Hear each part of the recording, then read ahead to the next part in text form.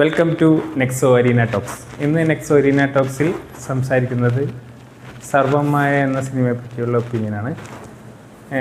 സർവമായ ഇറങ്ങിയിട്ട് കുറേ ദിവസമായി.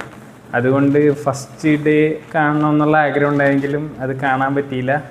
സോ ഇതിൻ്റെ കഥ അല്ലെങ്കിൽ ഇതിൻ്റെ റീലുകൾ നമ്മുടെ ഇൻസ്റ്റഗ്രാമിൽ വരുമ്പോൾ മാക്സിമം അവോയ്ഡ് ചെയ്യാൻ ശ്രമിക്കുമെങ്കിലും ഇതിൻ്റെ ഒരു പ്ലോട്ട് എനിക്ക് മനസ്സിലായിരുന്നു.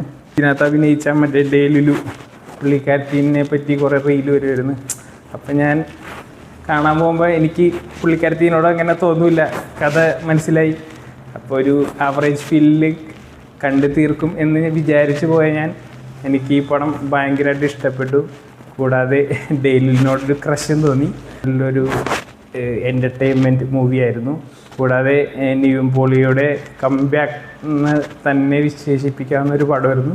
പുള്ളിക്കാരൻ്റെ കംഫർട്ട് സോണിൽ നിന്നുള്ള ഒരു മികച്ച കഥാപാത്രം തന്നെയായിരുന്നു ഇതിൽ. പിന്നെ ഇതിൻ്റെ ബേസിക് പ്ലോട്ട് അത് എനിക്ക് ഭയങ്കര ഇഷ്ടം തോന്നി. അതായത് ഒരു എത്തിസ്റ്റായിട്ടുള്ള പൂജാരി പ്രേതത്തിനെ കണ്ടുമുട്ടുമ്പോൾ എന്ത് സംഭവിക്കും, അതൊരു നല്ലൊരു വൺലൈനർ. ആ വൺലൈനർ അഖിൽ സത്യൻ വളരെ മികച്ച രീതിയിൽ നമുക്ക് ബോറടിപ്പിക്കാണ്ട് ഒരു 2.5 മണിക്കൂർ ഒരു ഫാമിലി എൻ്റർടൈനർ തന്നു. അത് സൂപ്പറായിട്ട് തോന്നി. ഓവറോൾ എനിക്ക് ഈ സിനിമ ഭയങ്കരമായിട്ട് ഇഷ്ടപ്പെട്ടു. കൂടാതെ കണക്റ്റുമായി.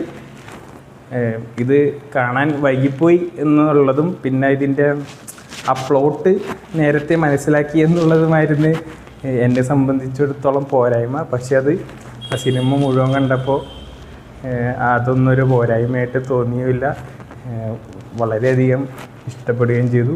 കൂടാതെ ഇതിൻ്റെ ഫ്രെയിംസ്, പിന്നെ ഇതിൻ്റെ മ്യൂസിക്, പിന്നെ കൂടെ അഭിനയിച്ച ബാക്കി അഭിനേതാക്കൾ, എസ്പെഷ്യലി അജു വർഗീസ് നിവിൻ കോംബോ, അതെല്ലാം വളരെ നന്നായിട്ട് വർക്കായി. കൂടാതെ ഡെലുലുവും നിവിനും തമ്മിലുള്ള ആ ഒരു കെമിസ്ട്രി അത് നമുക്ക് ശരിക്കും ഫീൽ ചെയ്യാൻ പറ്റി.